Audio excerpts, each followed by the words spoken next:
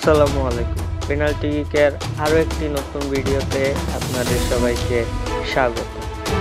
2024 সালে সাফ জয়ী নারী ফুটবল দলকে দেশের দ্বিতীয় সর্বোচ্চ বেসামরিক পদক 21 পদক দেওয়ার সিদ্ধান্ত নিয়েছে সংস্কৃতি বিষয়ক মন্ত্রণালয়।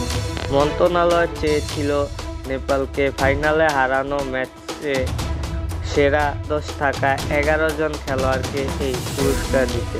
বাংলাদেশ ফুটবল ফেডারেশনের পক্ষ থেকে পাঠানো হয়েছে খেলোয়াড় ও কোচিং স্টাফ সহ 32 জনের নাম।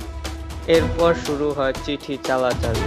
এতে পথ খুলেছে দলের সবার এই স্বীকৃতি পাওয়ার। স্বীকৃতি বিষয়ক মন্ত্রণালয়ের সিনিয়র সহকারী সচিব মোহাম্মদ আব্দুল মালেক স্বাক্ষরিত প্রজ্ঞাপনে বাংলাদেশ জাতীয় নারী ফুটবল দলকে পদক গ্রহণের জন্য আমন্ত্রণ জানানো হয়েছে।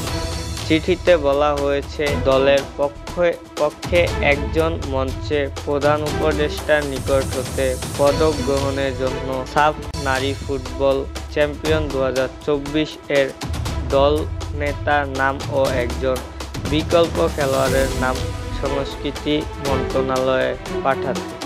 মঞ্চে উঠতে না পারলেও বাকিরা আমন্ত্রিত এই অনুষ্ঠানে। 2022 সালে নেপালকে হারিয়ে প্রথমবার সাফে শিরোপা জেতে বাংলাদেশ নারী ফুটবল দল। 2024 সালেও ফাইনালে একই প্রতিপক্ষকে হারিয়ে সাফ শিরোপা অক্ষুণ্ণ রাখেন বাংলার মেয়েরা। 2 আসরে বাংলাদেশের অধিনায়ক ছিলেন সাবিনা খাতুন। ফুটবল নিয়ে আমাদের আজকের আপডেট এই পর্যন্তই ছিল। আমাদের চ্যানেল থেকে নিয়মিত ফুটবল সম্পর্কে আপডেট নিউজ পেতে চ্যানেলটি সাবস্ক্রাইব করুন। ধন্যবাদ।